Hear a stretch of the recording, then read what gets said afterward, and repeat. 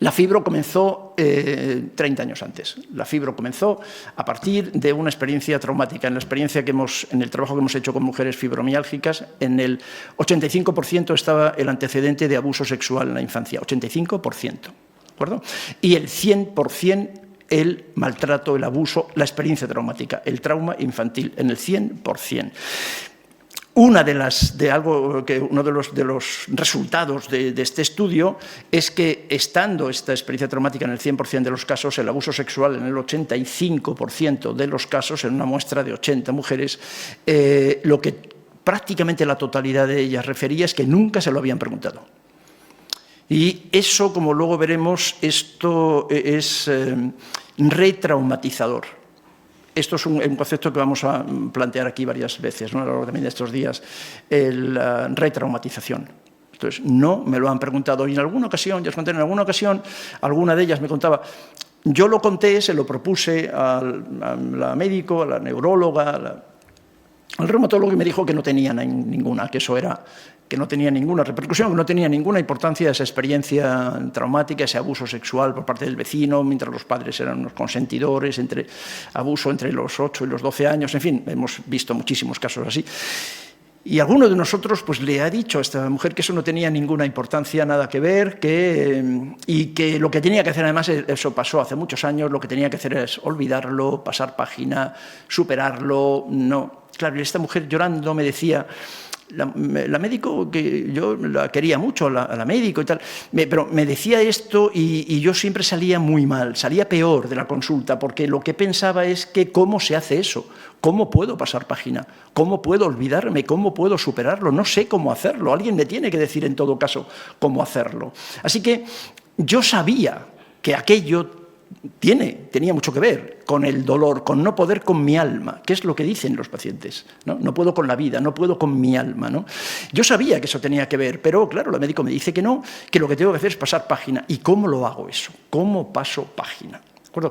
Claro, esta paciente tenía fibromialgia, sí, y nos estamos centrando hospitalariamente en la fibromialgia. Cuando nosotros vemos también qué ocurre con este tipo de somatización, que la fibromialgia es solamente una de las cosas que le ocurre, lógicamente, claro, solamente una, que se ve en un servicio concreto del hospital. Cuando luego hablamos con esta mujer le pasan muchísimas más cosas, muchísimas más, naturalmente, en la relación con su pareja, en la relación con sus hijos, en la relación otra vez con su vida, con sus padres, tiene otras muchas somatizaciones, tiene insomnio, tiene trastornos alimentarios, tiene síntomas de toda naturaleza, lógicamente, ¿no? Ese abuso, esa experiencia de abuso sexual y esa experiencia también de falta de protección por sus estructuras parentales, que eran precisamente las personas que tenían que protegerla, eso no es gratis, eso es imposible, eso crea otra vez un estado de estrés crónico, desde los 8 años. Hasta los 46 que tenía cuando la vimos hace 3 o 4 años. Esta experiencia traumática, antigua o reciente, produce una reacción de estrés crónico, como naturalmente todos sabemos, entonces, exactamente así, que activando el eje psiconeuroendocrino inmunitario, entonces aparece en forma de enfermedad, con lesiones observables, con lesiones biológicas, naturalmente que sí. Claro que sí, lesiones que son perfectamente explicables a partir otra vez de este modelo del estrés crónico y de la activación de las vías inflamatorias. Hay un autor que muchos de vosotros conocen, claro, Jorge Luis Tizón, es un colega, un gallego, lleva toda su vida trabajando en Barcelona, que ha escrito mucho precisamente sobre esto, ¿no? Y sobre la aplicación de la psicosomática en medicina, ¿no? En general, con un trabajo genial sobre los grupos Balint que nosotros empezamos a hacer en el Hospital de la Princesa hace ya 40 años. Y es un trabajo que os recomiendo, lo podéis buscar, es de libre acceso, está publicado en la asociación, la revista de la Asociación Española de Neuropsiquiatría, y tenéis la referencia. Como os digo, a partir del miércoles la diapositiva estará a vuestra disposición, por si queréis tomar el dato. Y es rescatado de este trabajo que se llama así, cómo mejorar la perspectiva integrativa de los médicos clínicos, que es lo que modestamente yo intento hacer aquí también, ¿no? Y él dice así, ¿no? Y digámoslo abiertamente desde ya, hoy se sabe, hoy tenemos todos estos datos, ¿no? Se sabe que la desatención de los componentes relacionales o emocionales de la asistencia está provocando enormes sufrimientos y despilfarros, tanto en los consultantes como en el personal sanitario. Sí, el subrayado en rojo es mío. Esto lo he remarcado yo, no lo hace Jorge Luis, pero Yo creo que esto es exactamente así. Y hoy se sabe abiertamente. Es un hombre que lleva trabajando, que ha estado 40 años trabajando en un hospital público, entre otras cosas, en esto que se llama psiquiatría de enlace. O sea, miles y miles de pacientes con diferentes manifestaciones corporales. Bueno, llevamos hablando un rato del error de Descartes. Todo el mundo reconoce que Descartes se equivocó en ese dualismo que no hemos resuelto. ¿Qué podríamos hacer para solucionar el error? Bueno, pues se nos ocurren una serie de cosas. Claro, llevamos trabajando en esto pues 40 años, no más de 40, hemos dicho 45, yo qué sé. Una de ellas, algunas herramientas que se nos ocurren que pueden ayudar a solucionar el error, pues supone cambiar la mirada. Cambiar la mirada en el proceso de evaluación, ver al paciente, ver a la persona en la historia. Me parece que esto es el dato, ver a la persona, no la pregunta, recordad, pensar en cambiar la pregunta. La pregunta no es solo qué te pasa, la pregunta es qué te ha pasado. O sea, ver al paciente, no solo la enfermedad. Inmersa en su entorno, en su historia, y ahora estamos añadiendo también, claro, en su entorno, en su historia, en su biografía, en su historia pasada y en su futuro. Porque una de las cosas que vemos ahora, y eso también es relativamente novedoso, y que vemos en la consulta de psicoterapia, en la consulta psiquiátrica, y vosotros en cualquier especialidad médica, y a lo mejor no lo vemos en una especialidad médica porque el paciente ya ha dividido el lenguaje, el discurso, ya sabe lo que tiene que contarnos a cada uno. Pero una preocupación ahora mismo de todo el mundo, sobre todo de gente joven, es el futuro.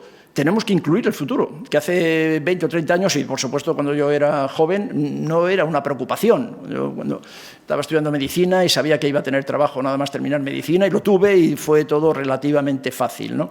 Cosa que ya no ocurre tan fácilmente con mis hijos y, desde luego, con gente joven, ¿no? Para quienes la preocupación sobre el futuro está generando otra vez una situación de estrés asociado a la cultura, una situación de estrés que, recordad otra vez lo que estudiábamos en fisiología. Mi profesor se llamaba Gallego, el profesor Gallego, en fisio de la Facultad de Medicina, que me gustó mucho esa asignatura, me encantó. Todo lo que primero con Tamarit, no sé, no hay nadie que haya vivido, que haya sufrido a Jorge Tamarit.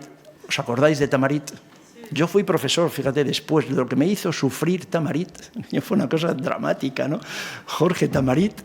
Y yo creo que por pura rabia, ¿no?, intelectual mía, de lo que me hizo, aprobé a la 5ª convocatoria de milagro. Luego me aprendí la bioquímica de memoria, incluso durante unos años fui profesor de su cátedra, ¿no?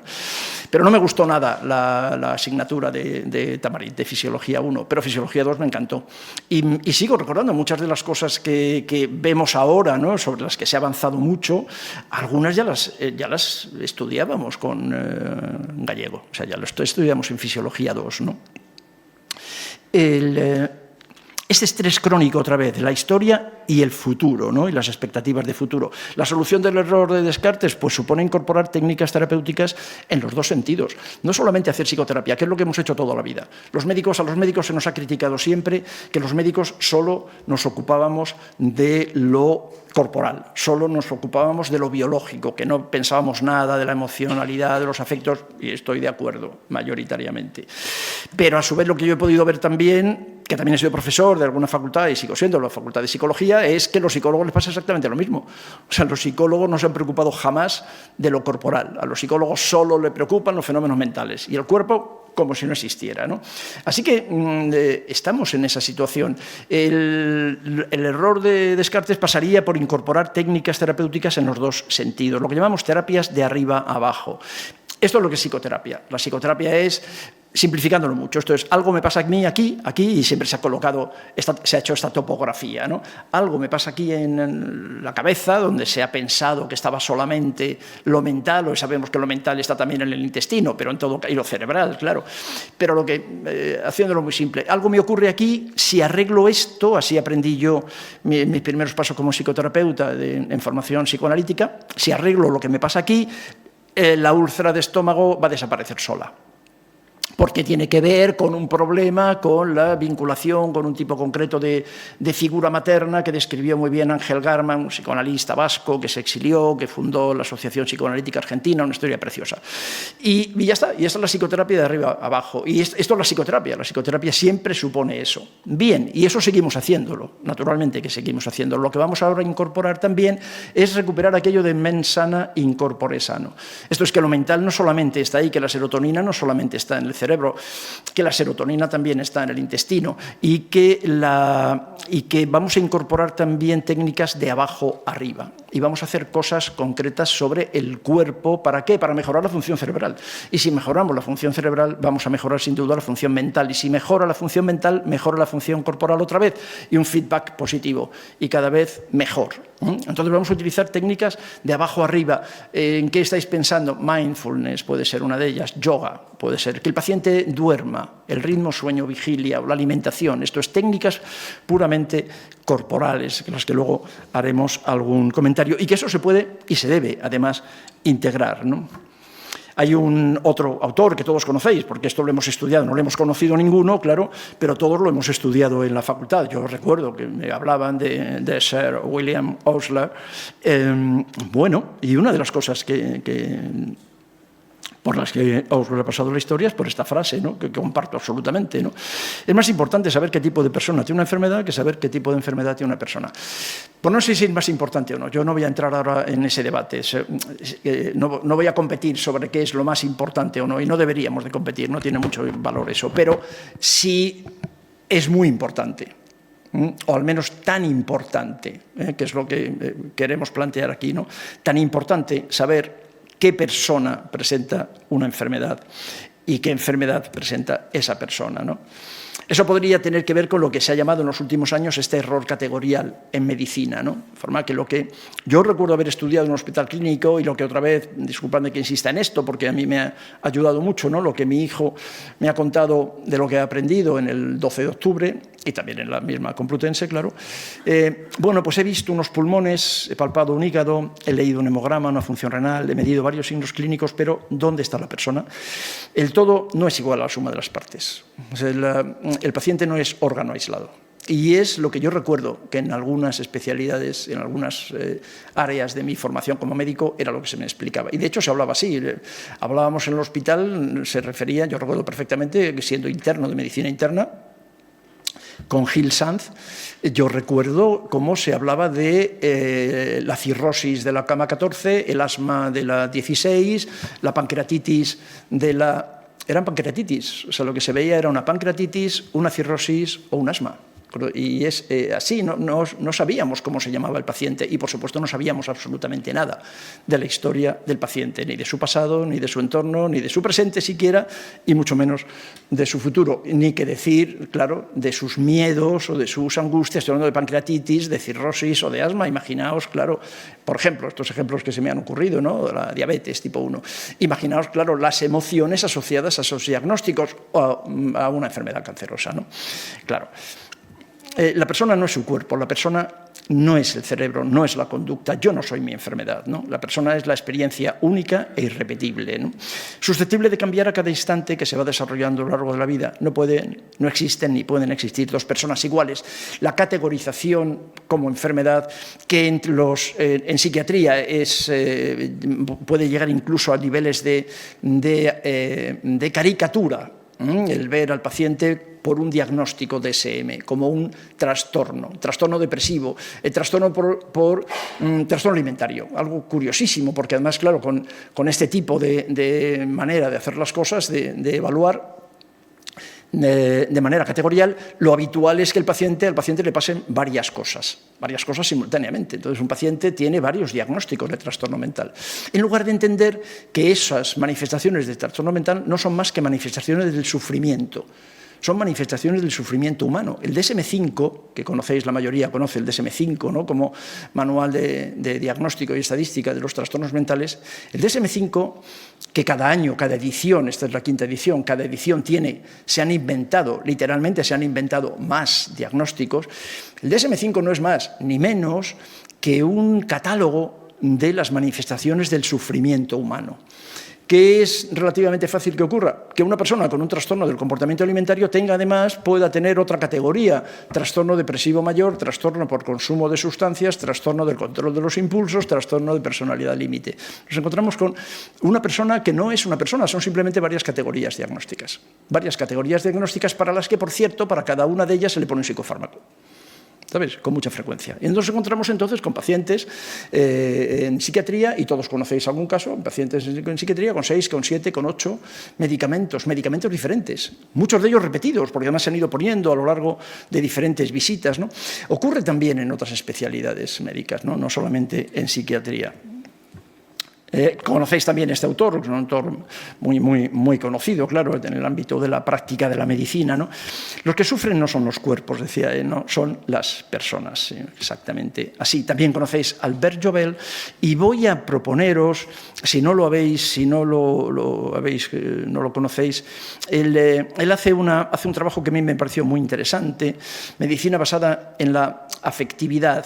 No solo la medicina basada en la afectividad, y mucho menos esa trampa, personalmente creo que es una trampa, del Instituto Cochrane y de, como la industria farmacéutica, todo eso lo ha jaleado, de la medicina basada en la evidencia. Pero basada en la evidencia, que sabéis muy bien también que es una traducción torticera, porque no es evidencia en castellano, pruebas no es lo mismo.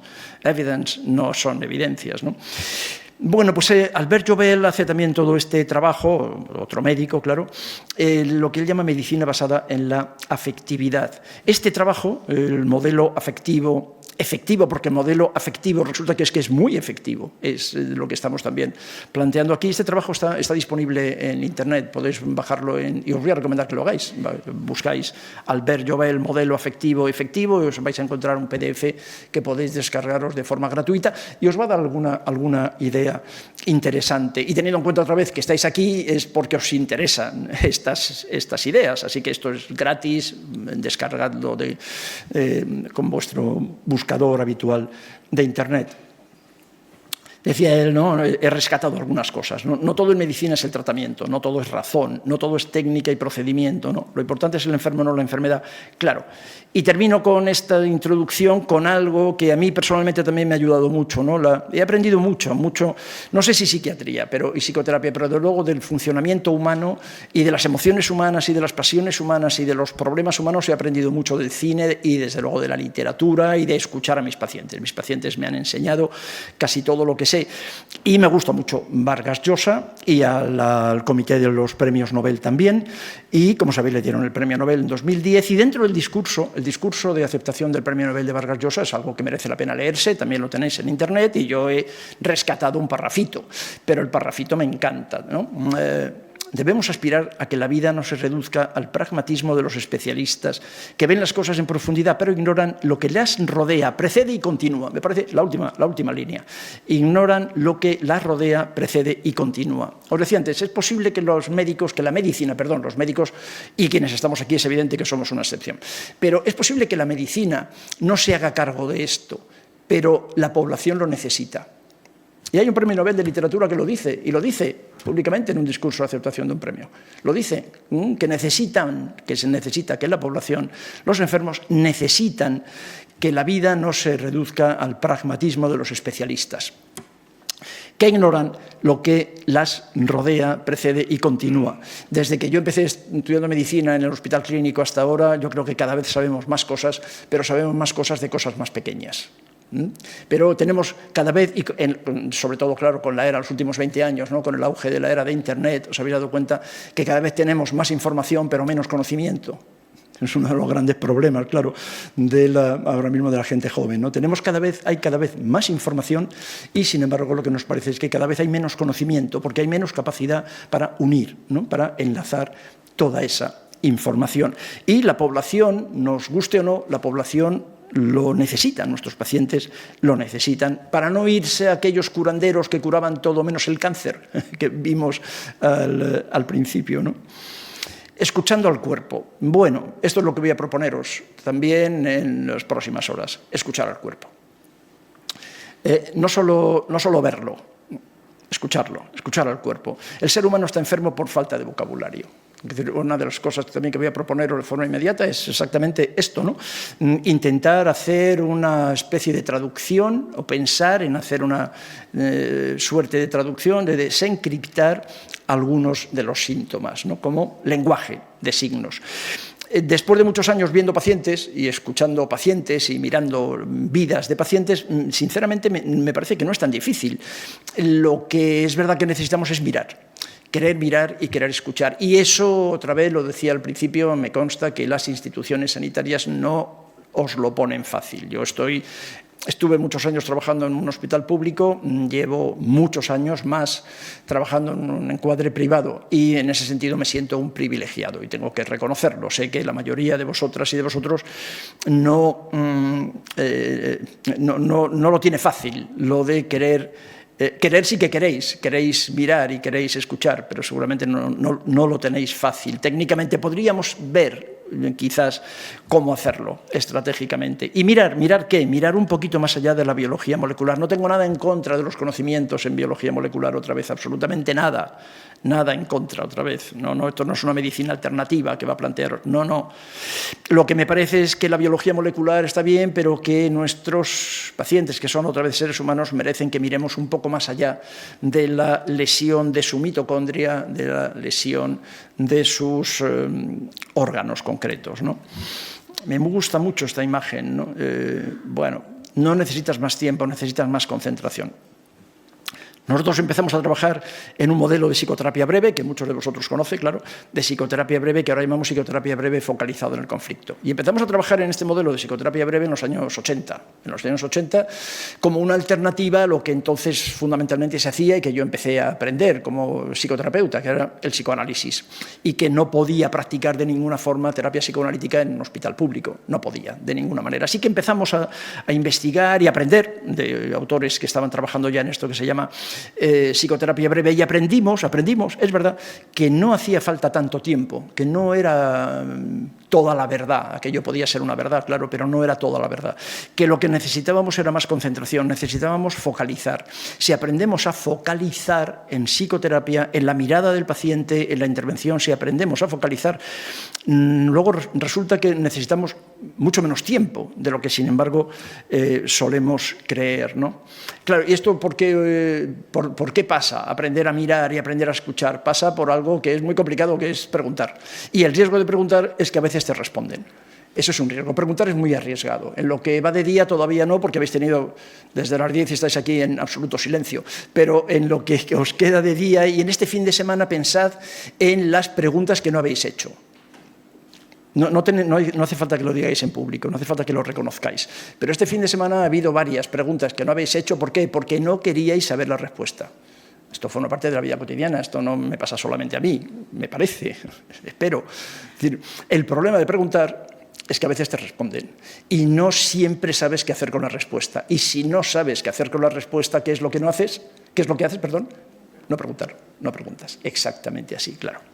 Con un 4% de currículum de humanidades, no sé prácticamente nada de qué hacer con las respuestas.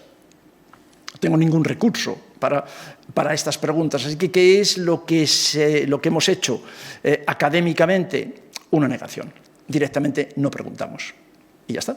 Y no preguntamos. No preguntamos ¿por qué? Porque no sabemos qué hacer con la respuesta. Eso tiene mucho sentido para nosotros, eso tiene que ver con nuestros miedos que me parecen también absolutamente legítimos, que yo comparto, que los he tenido y que faltaría más. Pero eso es un miedo nuestro, pero no ayuda al paciente. ¿Se entiende el matiz? Ahora que no nos oye nadie. ¿Se entiende? Cuando os pregunto que si se entiende, me estoy refiriendo a que se entiende. No os pregunto que si os gusta, porque eso no me atrevo a preguntarlo. Pero se entiende lo que quiero decir, ¿no? Entonces, si yo no pregunto, el miedo es mío. Y el miedo es mío y tengo derecho a tener miedo, porque no sé qué hacer con la respuesta. Entonces no pregunto sobre la experiencia de abuso sexual en la infancia, no lo pregunto. Ya está. Ahora, eso es un miedo mío que respeto, pero no ayuda al paciente. ¿También se entiende eso? No ayuda al paciente nada. No le ayuda nada, absolutamente nada. Al revés, lo que probablemente hace es cronificar la mirada en la biología, que no voy a decir nunca jamás que no se haga. O sea, la mirada en lo biológico es imprescindible y el tratamiento de lo biológico, naturalmente, si lo que estoy proponiendo os das cuenta es que es un además. además de ello, ¿no? Cada vez que perdemos la oportunidad de preguntar, cada vez que el paciente viene esperando poder contar lo que le ha pasado dentro de este concepto de lo sabido, impensado, que él lo sabe, que me lo han enseñado ellos, cuando empezamos a preguntar hace muchos años, ¿no? Me lo han enseñado ellos, que él lo sabe. Cada vez que se pierde la oportunidad, se retraumatiza. Entonces sale de la consulta pensando que es culpable, que lo que le pasó es porque él o ella tuvieron la culpa, porque realmente fueron niños, niñas malas, que no lo hicieron bien, que cada vez que no lo pueden contar se retraumatizan, ¿no? Así que una de las cosas que tenemos que hacer es aprender a preguntar, porque nadie nos ha enseñado. Porque con mucha frecuencia el motivo de consulta, además, no es el problema. Esto es un elemento también que me parece fundamental y que alguno de vosotros que ya me conoce me lo ha oído decir, y siempre que tengo oportunidad lo digo, además, esto es una especie de mantra que repetimos en nuestra casa, ¿no? El motivo de consulta en psiquiatría, en psicoterapia, en enfermedades psicógenas, en esto que llamamos somatizaciones, el motivo de consulta nunca es el problema. Nunca. El motivo de consulta nunca, lo digo también con ánimo de provocaros, ¿no? El motivo de consulta nunca es el problema. Esta foto yo la tengo en la consulta y se la enseño a mi paciente en algún momento, ¿no? Y trabajamos, lo que tú me traes es la parte de arriba, el motivo de consulta. El motivo de consulta puede ser la somatización, puede ser una dermatitis, una patología gastrointestinal, vamos a ver mañana un surtido, sobre todo como forma de pensar, ¿no? Ese es el motivo de consulta. El motivo de consulta puede ser la ansiedad. Esto como psiquiatra también, claro, lo veo todos los días. El motivo de la consulta, pues tengo ansiedad. O el motivo de la consulta, tengo depresión. O tengo, como me decía hace unas semanas una paciente, tengo un poquito de ansiedad y un poquito de depresión. ¿Sabes? Claro. Otros pacientes, lo que te dicen, otras personas, lo que te dicen no tengo ni ansiedad ni depresión, pero estoy mal. Esto es un tipo de consulta nuevo. Esto como psiquiatra no lo he escuchado hasta los últimos 4 o 5 años, quizás. Estoy mal, me encuentro mal. Una colega nuestra ha escrito un libro precioso que seguramente conocéis y si no os lo recomiendo. Marta Carmona. La conoceréis seguramente, es una psiquiatra punky. Y además ella se presenta como psiquiatra punky, es todo un personaje de un centro de salud mental de Madrid. Marta Carmona ha escrito un libro precioso que se llama Mal estamos. Se llama así, Mal estamos, un librito de bolsillo, un librito muy fácil que se lee en un fin de semana. Mal estamos. Y os plantea a todos los médicos nos plantea, claro, cómo se presenta el malestar. Cómo se puede presentar el malestar y cómo el malestar de ahora es malestar distinto otra vez al malestar de hace 20 años o 40 cuando yo empecé, ¿no? Como el malestamos. El malestamos, el motivo de consulta, el que sea, me da exactamente igual, ¿vale? El que sea. El motivo de consulta es un problema. O sea, que una persona no pueda comer, una anorexia nerviosa restrictiva, claro que es un problema. Eso quiero dejarlo muy claro. Y se lo explico a mi paciente. Lo que tú me traes, el que no puedes comer, es la parte de arriba del iceberg, ¿no? La anorexia nerviosa es un problema. La fibromialgia es un problema. Ahora bien, no es el problema. Es todo un manejo de los artículos, ¿no? No es el problema. Y la chiquilla con la anorexia lo sabe y poco tiempo después me lo está reconociendo. No. El problema de que tú no puedas comer tiene que ver con otras cosas que además tú sabes muy bien y tiene que ver con algo que viene ocurriendo en tu historia también desde hace muchos años o en la fibromialgia. El problema. ¿Entendéis la diferencia? Que no estoy despreciando el problema de la fibromialgia. ¿Está claro eso? Pero es un problema. Y es un problema que hay que tratar y es un problema que hay que mirar y es un problema... Todas las somatizaciones, decimos nosotros en la consulta, la somatización es el eje alrededor del cual gira el discurso inicial del paciente, con lo cual tenemos que ser muy respetuosos y no empezar diciendo, eso es de los nervios, eso no tiene ninguna importancia, aquí lo que vamos a ver. No. ¿Será de los nervios o no? Ya lo veremos, pero en cualquier caso es muy importante que no puedas comer, que no puedas dormir, tus dolores de cabeza, tus cuadros vertiginosos o tu fibromialgia, por favor, claro que es importante, pero no es el problema, no es el problema. El problema es, pues hay una lista pequeña, ¿no?, de los problemas. Y parte del trabajo que me parece que tenemos que hacer, o al menos que nosotros hacemos, es hablar de los otros problemas. ¿Os dais cuenta? La fibro la estoy aceptando, la anorexia nerviosa, la bulimia, por supuesto la esquizofrenia también, o la adicción a opiáceos. Claro que es un problema, pero ahora vamos a hablar de los otros problemas. vamos a hablar de los otros problemas, ¿no? ¿Por qué? Porque todos esos problemas son a su vez la manifestación de un conflicto intrapsíquico que pudo haber comenzado, decía, hace muchísimos años, un conflicto intrapsíquico que al no estar resuelto está generando angustia permanentemente, como todos los conflictos, claro, a los que estamos sometidos cada día. Y esta persona está en esta situación de estrés crónico que le está matando, porque el estrés crónico te mata, ¿o no? Sí, eso es otra vez fisiología pura, ¿no? Y literalmente le está matando. Lo que les explico a mis pacientes con esta imagen, con esta foto, es que lo que hundió al Titanic no fue la parte visible del iceberg. Lo que hundió al Titanic y lo que te está hundiendo a ti es lo que no se ve. Y lo que vamos a tratar ahora y lo que vamos a ver y lo que yo te ofrezco que veamos en nuestro modelo de abordaje es que estudiemos lo que no se ve del iceberg, que eso es lo que hundió al Titanic. Porque la parte visible ni siquiera chocó con el casco. Claro, el casco lo rompió lo que estaba por debajo, claro, que es lo que te está matando. Si no lo hacemos así, y no siempre lo hacemos así, pues nos podemos encontrar con algo que también mis pacientes me han dicho. Es que voy de tratamiento en tratamiento, mejoro, paso de un psicólogo a otro, de un médico a otro, voy mejorando, un fenómeno que en psicosomática llamamos de emigración, y que en atención primaria, sobre todo atención primaria, lo veis todos los días. El paciente que se cura de un síntoma para aparecer dentro de un mes con otro. Se cura de ese síntoma y dentro de un mes aparece con otro, y luego con otro, y luego con otro. Es un fenómeno de emigración que a su vez pasa a los hospitales y que es lo que los americanos llaman a fat file, ¿no? Una historia clínica muy gorda, muy gruesa, porque va pasando por todos los servicios hospitalarios, ¿no? Cada vez que curamos, entre comillas, ¿no? Mejoramos un síntoma, médico-quirúrgicamente, como sea, mejoramos un síntoma, aparece otro y después otro. ¿Suena eso? ¿Lo habéis visto? Y luego otro más. En ocasiones, ese paciente deja de presentar síntomas porque empieza a presentarlos otro miembro de la familia. A eso lo llamamos sustitución. La emigración es el paso del mismo paciente por diferentes sitios y en un momento concreto, bueno, yo ahora que estoy mejor, vienen a la consulta, esto yo lo escuché en el hospital, ¿no?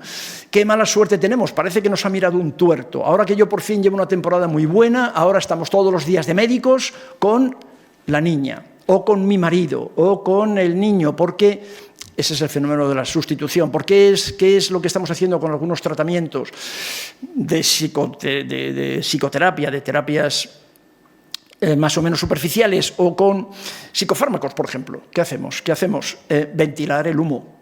Pero el incendio, otra vez el incendio, lo que es el incendio sigue absolutamente vigente, el incendio sigue estando ahí.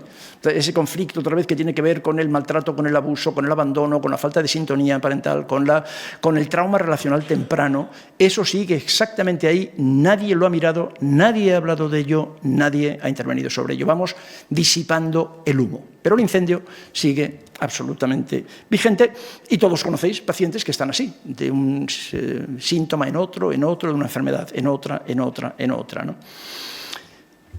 Vamos a traducir entonces este concepto de somatización. Para un autor que seguramente también muchos de vosotros conocen, Lipowski, definió la somatización como la tendencia a experimentar y comunicar el malestar psicológico en forma de síntomas somáticos, para los que se busca ayuda médica. Sí, eso es verdad que la somatización, el desplazar, veremos que esto es un desplazamiento, el que la angustia, pasar la angustia en el plano de lo psíquico es insoportable, absolutamente. Cualquiera de nosotros, esto es un mecanismo de defensa, como todos, un mecanismo de defensa del yo absolutamente normal. Cualquiera de nosotros es capaz de hacer cualquier cosa para no percibir la vivencia angustiosa.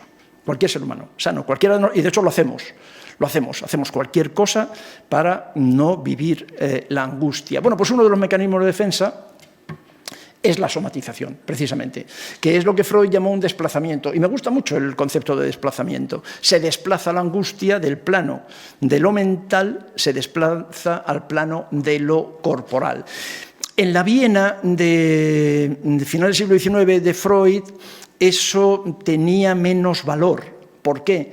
Porque lo médico no tenía tampoco tanta voz. Pero en el siglo XXI, en los países occidentales, y concretamente en un país con una sanidad gratuita y universal, una sanidad pública como la nuestra, que Yo creo que era mejor antes, pero ahí no me quiero meter.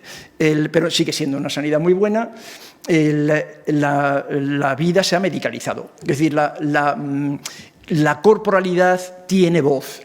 Decir que estás enfermo de algo corporal está bien.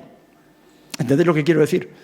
Tiene voz, no es raro, ya está. ¿Pues qué haces? Pues vas al médico, a tu médico de atención primaria, que es una persona estupenda, muy cariñosa, que a su vez te manda a un hospital, que es un hospital fantástico, gratuito, todo maravilloso. La medicalización de la vida se ha consumado desde hace algunos años. Lo psicológico no tanto, está mejorando, pero no tanto, ¿no? Así que tiene mucho sentido que la angustia se somatice y entonces se pida ayuda médica. La pregunta entonces es, otra vez, ¿por qué somatizamos? Y voy a proponeros un par de opciones para que podáis verlo y pensarlo con vuestros pacientes, sea cual fuere la especialidad en la que estáis trabajando. ¿Por qué somatizamos? La somatización es entonces un mecanismo de defensa, lo que acabo de comentar es un desplazamiento.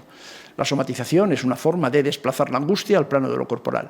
Otra vez, conociendo cómo funciona el sistema psico-neuroendocrino inmunitario, es muy fácil en este momento saber la biología del paso de la emoción a la lesión. O sea, es que este paciente tiene una colitis ulcerosa, entonces es que eso yo hago una colonoscopia y veo las lesiones. Sí, claro que hay lesiones. O sea, no estoy hablando ya solo la somatización como una alteración funcional. No. Estoy hablando de enfermedades que tienen un correlato biológico, no una base biológica, pero que tienen un correlato biológico perfectamente observable, ¿de acuerdo? Y que hoy sabemos otra vez cómo se hace este paso de la emoción a la lesión. La lesión existe. ¿Eso puede ser un mecanismo de defensa? Sí, y el mecanismo de defensa que acabo de comentar, el desplazamiento o la disociación, que luego veremos también, ¿no? Y que a veces van juntos. Pero también podemos somatizar como una forma de comunicar, como una forma de hablar cuando no se nos escucha. Esto lo hacemos todos también, ¿de acuerdo? La somatización como forma de expresión, la somatización como mensaje. El síntoma, dicho de otra forma, el síntoma como mensaje. Todos tenemos experiencia de que en algún momento de situación de exaltación emocional, todos tenemos algún síntoma que presentamos, síntoma corporal, todos. No me digáis que no voy a preguntaros, no voy a preguntar por cuál es el vuestro, pero todos tenemos además órganos de preferencia. Todos tenemos, cuando estamos nerviosos, no me digáis que no, porque si no me voy a preocupar mucho. O sea, si cuando estamos nerviosos, ¿entendéis lo que quiero decir? Cuando estamos nerviosos presentamos síntomas corporales, pero es que eso es así, las emociones, todas las emociones, el miedo, la rabia, la tristeza, el amor, todas las emociones tienen correlatos físicos, correlatos corporales, todas. Así que cuando estamos nerviosos, y eso es una emoción, tenemos correlatos fisiológicos, y a veces es una manera de expresar esa emoción, porque no puedo decirte que estoy enamorado de ti, pero entonces cada vez que te veo me sonrojo, tengo taquicardia, hipersudoración, acabo teniendo diarrea, esto es toda una... Y cuando no puedo expresar la emoción repetidamente, se instala la somatización. ¿Se entiende? Si yo pudiera decirte estoy enamorado de ti, digo el amor como emoción, imaginaos el miedo, la rabia o otra tristeza. Pero si yo pudiera expresar, si la psicoterapia, si el médico, el terapeuta, me facilita el poder expresar la emoción, la que sea, entonces teóricamente entonces el síntoma ya no me hace falta. Y esta es la experiencia de cualquier psicoterapeuta en esta dirección. Así que pensad en dos opciones, a ver vuestro paciente, que no son excluyentes, en absoluto son excluyentes, para nada. De hecho, lo habitual posiblemente es que la misma persona que se está defendiendo y se está callando, está haciendo las dos cosas a la vez, ¿no? ¿Pensáis un mecanismo de defensa? ¿De qué nos tenemos que defender? Pues pensad, que tampoco voy a pedir que lo expresemos en público, pero pensad de qué nos tenemos que defender cada día, todos, en el plano de lo psíquico. ¿De qué nos tenemos que defender? Pues de la angustia, de los conflictos sin resolver. Conflicto. La noción de conflicto es inherente a la especie humana. El conflicto es desear dos cosas opuestas al mismo tiempo. Y eso forma parte de la experiencia humana. Y desde que esta mañana os habéis levantado, estáis en una situación de conflicto. Esta mañana ha sonado el despertador y habéis dicho, Dios mío, ¿me voy al colegio o me quedo aquí? Eso es un conflicto. ¿De acuerdo? Y ya está, porque las dos cosas os apetecían. Venir al colegio, por un lado, claro, os habíais matriculado días anteriores, pero también cuando habéis visto qué día tan bonito hace, me doy una vuelta por la Costa de Moyano, vamos, me voy a ver libros, me voy, qué sé yo, la cantidad de cosas que puedo hacer, ¿no? Me quedo en la cama. Ya estáis en una situación de conflicto. Ahora alguno de vosotros está viviendo esa misma situación de conflicto porque no sabe si coincidir con lo que estoy diciendo o no, y tampoco está demasiado seguro si decirlo en público o no. Otra situación de conflicto. Estamos, porque queréis hacer las dos cosas a la vez, estamos en situaciones de conflicto permanentemente. La mayor parte de las veces, bueno, lo resolvemos y somos capaces de hacer el duelo. Bueno, me voy al colegio de médicos y no pasa nada. He superado una situación de conflicto. ¿Os dais cuenta? Y no pasa nada. Pero lo que quiero que entendáis es que el conflicto forma parte de la vida. Forma parte de la vida humana, ¿no? En algunos casos no pasa nada porque los conflictos no son grandes y porque además tenemos recursos. Y digo, pues sí, mira, hay dos cosas que me apetecen. Una de ellas es que a este vecino, con el reggaetón de las 4 de la mañana, a este vecino le arrancaría la cabeza. Por ejemplo, nunca se usa, a lo mejor arrancar la cabeza es un poco violento, pero estoy forzando. Pero eso, ¿no habéis tenido nunca el deseo de arrancarle la cabeza a alguien? No, tampoco hace falta que lo confesemos en público. Arrancar la cabeza puede ser forzar, pero darle una colleja, sí. Y simultáneamente no lo queréis hacer porque moralmente, con el Código Penal, hay algunas... Claro, ahí está. Bueno, pues si eso se repite, ¿vale? Y no tenemos suficientes recursos, y esto que estoy diciendo es un ejemplo de la consulta, que viene que no puedo más, que estoy fatal, porque tengo un vecino con el reggaetón todos los días a las 4 de la mañana y no duermo y tengo todas las somatizaciones del mundo. Este caso lo habéis visto en la consulta seguramente en más de una ocasión, con el vecino, con la novia, con mi hermano, con mi padre, con mi pareja, con mi jefe, ¿no? Permanentemente. ¿De qué nos tenemos que defender? De la angustia de estos conflictos. Todos tenemos algún conflicto más o menos sin resolver. Y esos conflictos sin resolver nos generan ansiedad.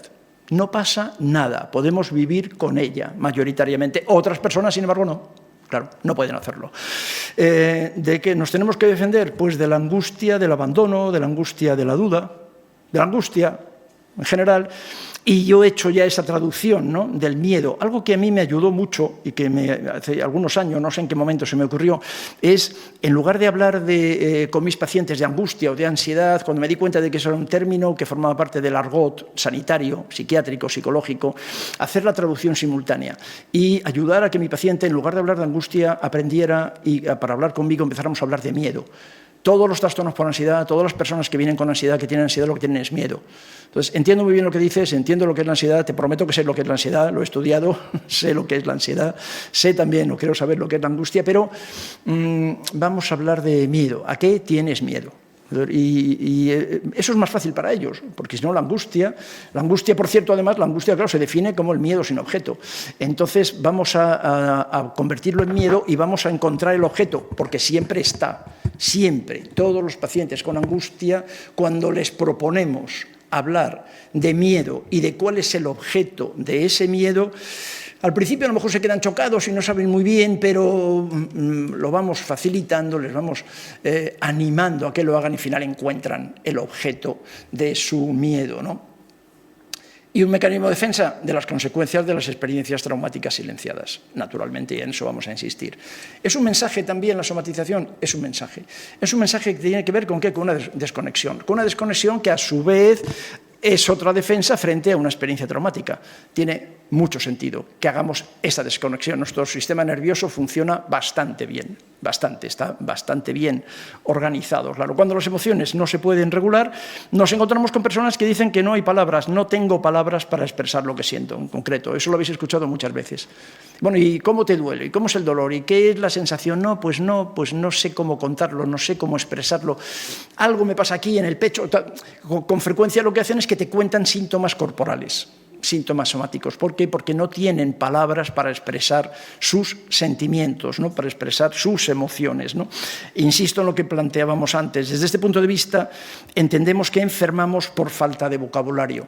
La primera tarea del terapeuta consistiría entonces en darle vocabulario al paciente, darle vocabulario, lo que mañana llamaremos competencias de inteligencia emocional, en el apartado de intervención, darle vocabulario, ayudarle a ponerle nombre a lo que le está pasando. No solo a ponerle nombre, sino sobre todo a darle permiso para que lo diga. Darle permiso para que eso que él ya sabe y que no puede pensar, lo pueda expresar, ¿no? Se ha desconectado, lógicamente, y esta desconexión tiene nombre. Esto es lo que muchos de vosotros conocen con la palabra de alexitimia, que es un rasgo. La alexitimia no es una enfermedad, pero la alexitimia es un rasgo de personalidad de algunas personas, que es particularmente llamativo en estos somatizadores, en las personas que utilizan el cuerpo para expresar lo que no pueden expresar de otra manera.